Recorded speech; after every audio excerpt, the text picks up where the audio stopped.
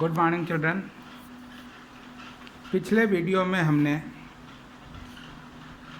विनय के पद नामक गोस्वामी तुलसीदास जी द्वारा लिखित पाठ को पढ़ा था। उसमें जो जानकारियाँ दी गई थी, मानवता की रक्षा के लिए एक आदर्श स्थापित करने वाले भगवान श्री राम के बारे में बताया गया था। हमें उसे आत्मसात करना चाहिए और उसके लिए हमें हर समय अपने समाज में, अपने देश में, अपने राष्ट्र में तथा अपने परिवार में किस प्रकार का आचरण करना चाहिए, ये सीखना चाहिए।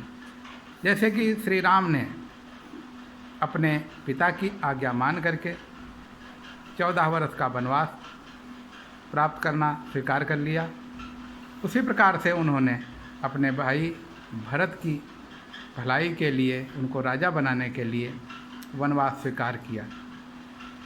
अपने प्रिय भाई लक्ष्मण की आग्रह पर उनको साथ ले गए, अपनी पत्नी के आग्रह पर उनको भी साथ में ले गए, लेकिन वन में उन्होंने जटायु जैसे अधम कर्म करने वाले यानी कि मांसाहारी गीध को सदगति दी।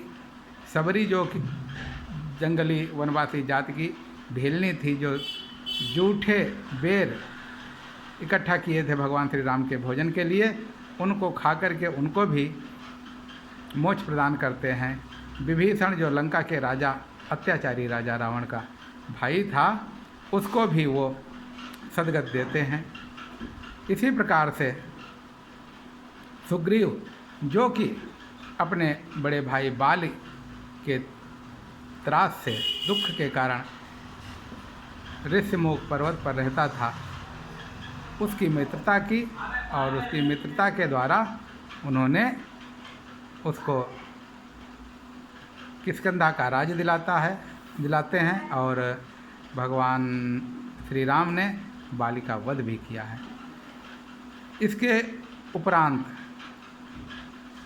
भगवान श्री राम ने वानरों की सहायता से, अब वानर ये केवल जो बंदर हमारे घूम रहे हैं इनके बारे में नहीं, ये वानर जाति होती है, जो जंगली मनुष्य हैं, ऐसे लोगों को इकट्ठा किया, उन्हें ट्रेंड किया, उन्हें युद्ध कौशल तथा सभ्यता का पाठ पढ़ाया, जिसके बल पर उन्हें वो आगे ले गए और लंका पर आक्रमण किया।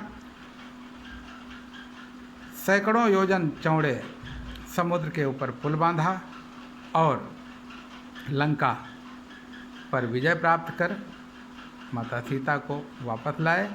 और लक्ष्मण के कहने पर कि भाई साहब देखिए कितना सुंदर नगर है, यहीं रहना चाहिए, तो अंत में कहते नहीं, कहते हैं कि अरे भैया, मातृभूमि और अपनी माता ये स्वर्ग से भी ज़्यादा सुंदर होती हैं, इसलिए हमें अब अपनी मातृभूमि की याद आ रही है।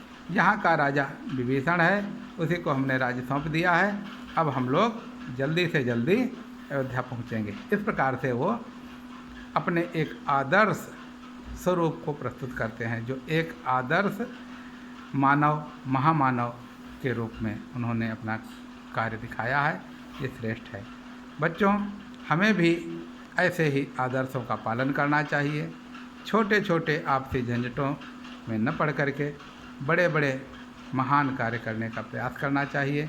किसी को हमारे कारण दुख न हो, बल्कि मेरे कारण अधिक से अधिक लोगों को सुख मिले, ऐसे अच्छे अच्छे कार्य करने का प्रयास करना चाहिए। इन पदों के द्वारा गोस्वामी तुलसीदास जी ने हमें ये प्रेरणा देने की प्रयास किया है।